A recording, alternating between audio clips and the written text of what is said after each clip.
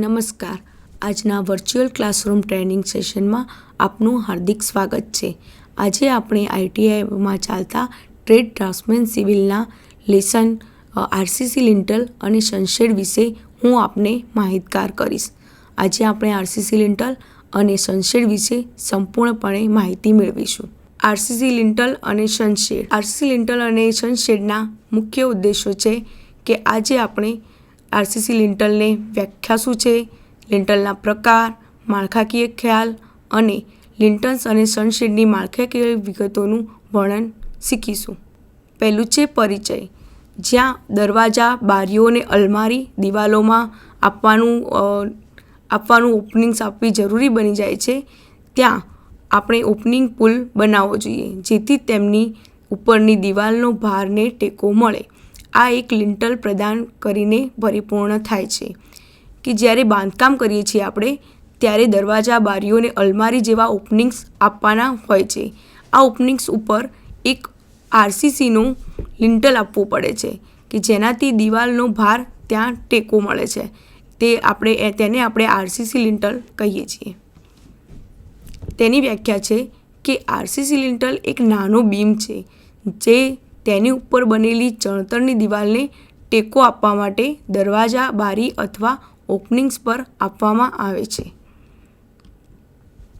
RCC લિંટલના પ્રકાર છે 2. પહેલું છે બ્રેક લિંટલ. બ્રેક લિંટલ એ એવું લિંટલ છે જે ફક્ત ઓપનિંગ્સ પર જમ્પ્સ પર ન્યૂનતમ બેરિંગ પ્રદાન કરે છે. અને બીજું છે કન્ટિન્યુઅસ લિંટલ એટલે કે સતત લિંટલ.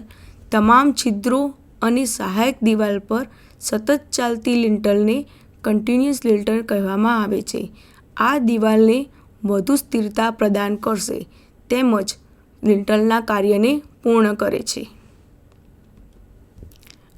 આ ઇમેજમાં આપણે આરસીસી લિંટલના પર કેવી રીતે લોડ એક્ટિંગ કરે છે એ દર્શાવવામાં આવ્યું છે.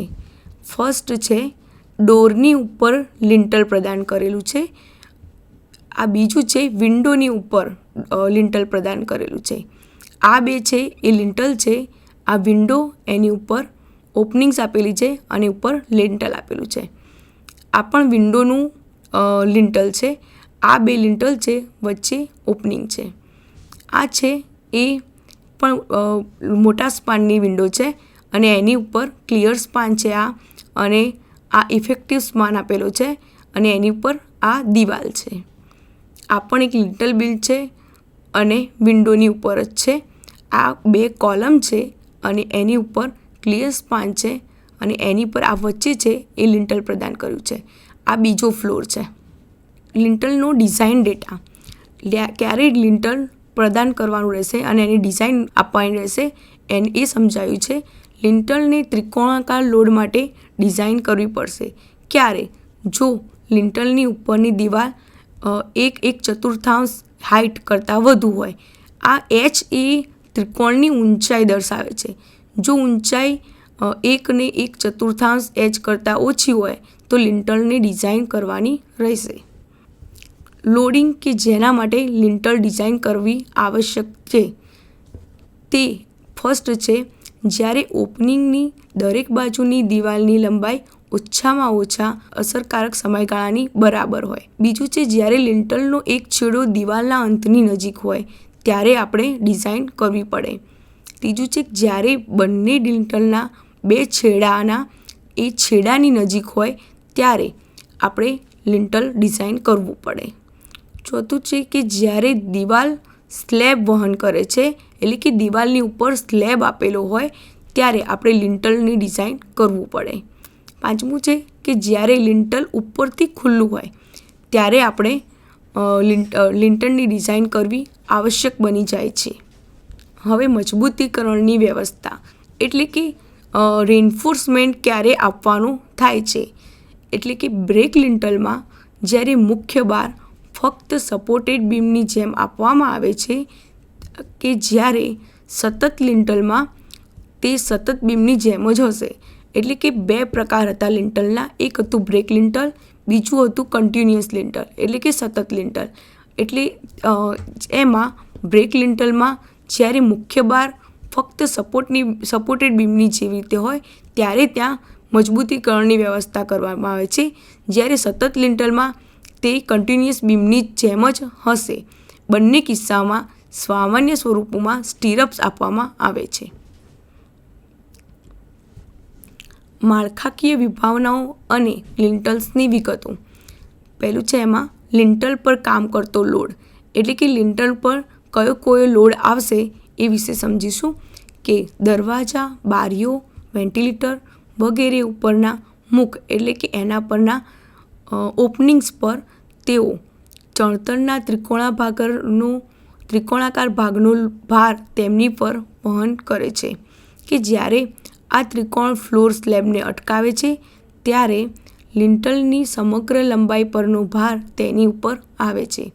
ફ્રેમવાળા બાંધકામમાં એટલે કે સ્ટ્રક્ચરલ ડિઝાઇનમાં લિંટલ બીમની ઉપરના લિંટલ અને ફ્લોર બીમ એટલે કે જે ફિગર 2માં દર્શાવ્યું છે, આ છે ફિગર 2, વચ્ચે ચણતરના ભારણનું વજન ધરાવે છે. ફિગર 2માં એમાં બેન્ડિંગ એક્શન અને શિયરિંગ એક્શન બતાવવામાં આવી છે. આ છે બેન્ડિંગ એક્શન અને આ છે શિયરિંગ એક્શન.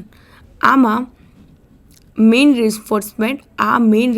રેન્ફોર્સમેન્ટ છે. આનો આ ટેન્સાઇલ જોઈન્ટ છે અને આ કોમ્પ્રેશન જોઈન્ટ છે.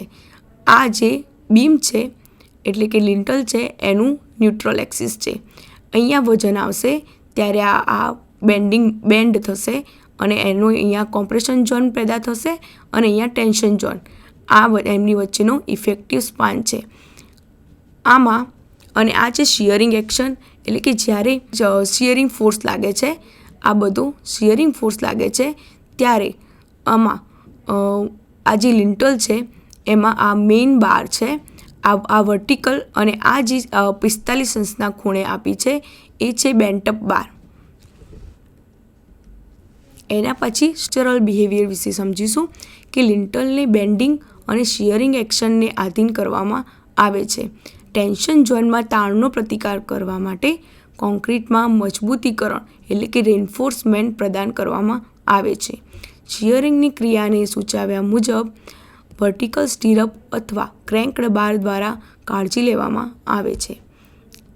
આપણે આમાં જોયું કે શિયરિંગ એક્શન માટે આમાં સ્ટીરઅપ્સ અને ક્રેન્ક્ડ બાર આપેલા હોય છે. પછી છે મેથડ ઓફ ડિટેલિંગ. લિંટલનું કદ, પ્રકાર, સંખ્યા અને સ્થિતિ અથવા મજબૂતીકરણના બાર માટેનું આવરણ એટલે કે ઇફેક્ટિવ કવર વગેરે સંબંધિત તમામ માહિતી રેખાંશ ઊંચાઈ અને એક અથવા વધુ ક્રોસ ભાગોમાં રજૂ કરવામાં આવે છે. ડ્રોઈંગમાં 2 પ્રકારના એટલે કે મુખ્ય મજબૂતીકરણ એટલે કે મેઇન રેન્ફોર્સમેન્ટ એટલે કે સીધા અને ક્રેન્ક્ડ બાર, સ્ટીરપ્સ, સસ્પેન્ડર્સ વિવિધ અંતરે એટલે કે અંતની નજીક સ્ટીરપ્સ આપવામાં આવે છે. ક્રેન્કની સ્થિતિ વગેરેની નોંધ લો જે ફિગર 3માં દર્શાવી છે. આ છે ફિગર 3, એમાં આ એલિવેશન છે અને આ છે સેક્શન. આ છે મેઇન કોન્ક્રીટ કવર. 25 mmનું કોન્ક્રીટ કવર અહીંયા આપ્યું છે અને 25 mmનું કોન્ક્રીટ કવર અહીંયા આપ્યું છે. આ છે 2 મેઇન સપોર્ટ જે 2 દિવાલો છે. આ સેન્ટરથી સેન્ટરનું ઇફેક્ટિવ સ્પાન છે. અહીંયા નીચે મેઇન બાર આપવામાં આવે છે. અહીંયા મેઇન બાર 50%નો રેન્ફોર્સમેન્ટ તો અહીંયા આવે છે અને અહીંયા 100% રેન્ફોર્સમેન્ટ આપવામાં આવે છે. અને આ જે ઊભી છે વર્ટિકલ એ છે ઊભા બાર એટલે કે સ્ટીરપ્સ. અહીંયા આનું સ્પેસિંગ આપવામાં આવે છે 2 વર્ટિકલ બારની વચ્ચે. અહીંયા 45 અંશના ખૂણે ક્રેન્ક્ડ બાર આપવામાં આવે છે જે ટેન્શન ઝોનના શિયરને પ્રતિકાર કરે છે. આ મેક્સિમમ સ્પેસિંગ આપવામાં આવે છે 0.75 D અથવા 450 mm. આ જે સેક્શન આપવામાં આવી છે, સેક્શનમાં આ 2 છે એ છે સ્ટ્રેટ બાર. આ છે વોલની થિકનેસ, આ છે ડેપ્થ, આ છે સ્ટીરપ્સ, સસ્પેન્ડર્સ, આ છે સ્ટીરપ્સ અને આ છે બેન્ટ અપ બાર. લિન્ટલ્સ અને સનશેડ માટે કાર્ય સ્પષ્ટીકરણ. પહેલું છે લિન્ટલ્સની જાડાઈ 2 ઇંટની જાડાઈ જેટલી હોવી જોઈએ. 2 ઇંટની જાડાઈ એટલે 20 સેન્ટીમીટર. બીજું છે સનસેટ પ્રોજેક્શન. સનસેટનું પ્રોજેક્શન 70 સેન્ટીમીટર જેટલું હોવું જોઈએ. ત્રીજું છે 350 કિગ્રા જેટલા નજીવા મિશ્રણના M15 ગ્રેડના કોન્ક્રીટ માટે કુલ 50 કિગ્રા સિમેન્ટ જોઈશે અને 32 લીટર પાણી હોવું જોઈએ. ચોથું છે ફાઇન એગ્રીગેટથી કોર્સ એગ્રીગેટનું પ્રમાણ વજન દ્વારા 1:2 હોવું જોઈએ. પાંચમું છે કે એગ્રીગેટ 20 mmના મહત્તમ કદ સાથે સારી રીતે વર્ગીકૃત થયેલું હોવું જોઈએ. છઠ્ઠું 230 ન્યૂટન પર mm²ના MS બાર એમાં લિન્ટલમાં લગાડેલા હોવા જોઈએ. 7 છે દિવાલની જાડાઈ અથવા લિન્ટલ્સની પહોળાઈ 250 mm હોવી જોઈએ અને સ્પષ્ટ સ્પાન L1માં 100 સેન્ટીમીટર અને L2માં 135 સેન્ટીમીટર હોવું જોઈએ.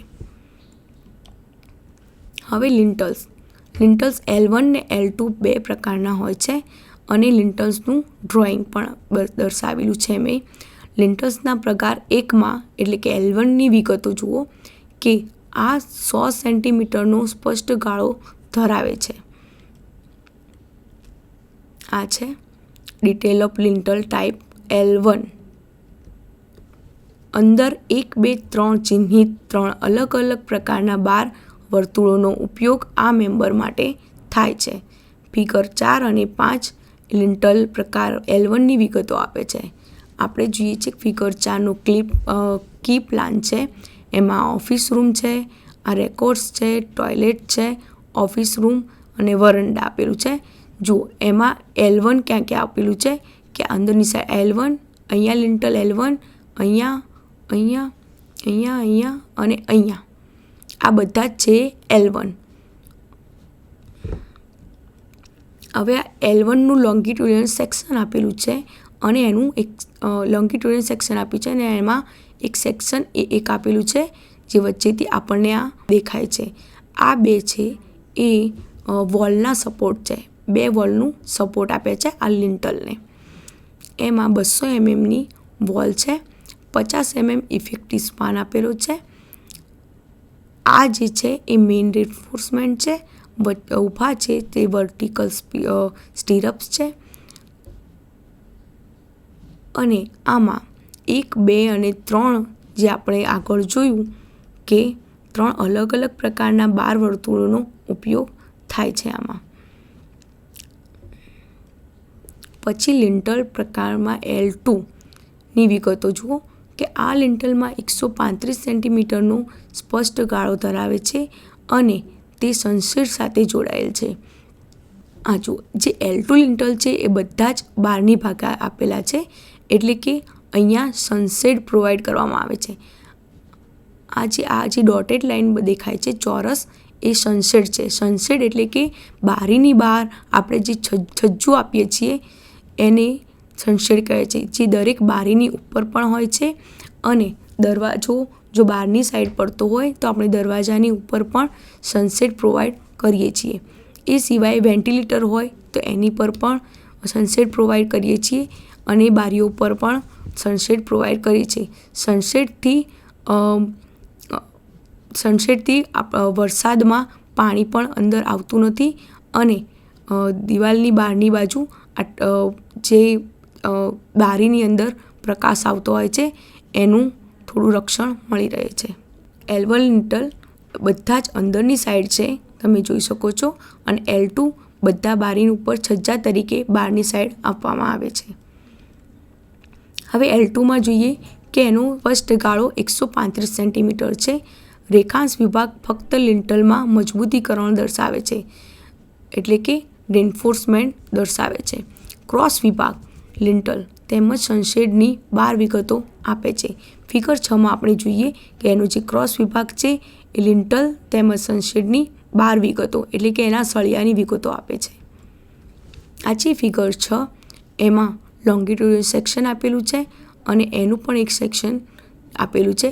આ છે બહારની સાઈડ, એ છે છજ્જુ એટલે કે સનશેડ, અને આ છે લિન્ટલના જે બહારની વિગતો છે એ. એમાં આ સેક્શન આપણે જોઈએ, આ મેઇન રેન્ફોર્સમેન્ટ છે, અને આ જે 45ના ખૂણે છે એ ટેન્શન ઝોન, ટેન્શનનો ભાર જે સહી શકે એ સળિયા છે. આ છે જુઓ 200 mm સપોર્ટર્સની દિવાલો આપેલી હશે અહીંયા, અને આ જે સેક્શન બીબી છે ત્યાં આ બધી સ્ટીરપ્સ છે, મેઇન બાર છે, અને આ ગ્રુવ વોટર કટિંગ છે. અહીંયા આ સનશેડ પર જ્યારે પાણી પડે વરસાદનું, ત્યારે અહીંયાથી આ ગ્રુવ અહીંયા એટલે કે કટ આપેલો છે ત્યાંથી પાણી ડાયરેક્ટ નીચે પડી જાય. અહીંયા સુધી પાણી આવીને અહીંયા દિવાલ પર પાણી ના પડે એના માટે અહીંયા ગ્રુવ આપેલો છે. સનશેડની પહોળાઈ 50 mm હોય છે, અને એની આ બહારની પહોળાઈ છે 100 cm, અને આ છે લિન્ટલની પહોળાઈ 250 cm. એનું ઊભું અહીંયાનું માપ છે 100 cm, અને અહીંનું માપ છે બીજું 100 cm. આભાર. આપણે લિન્ટલ અને સનશેડ વિશે શીખ્યા, અને આ ટોપિક લિન્ટલ અને સનશેડ ડ્રાફ્ટમેન સિવિલ ટ્રેડના વિદ્યાર્થીઓ માટે બહુ જ ઉપયોગકારક છે. આભાર.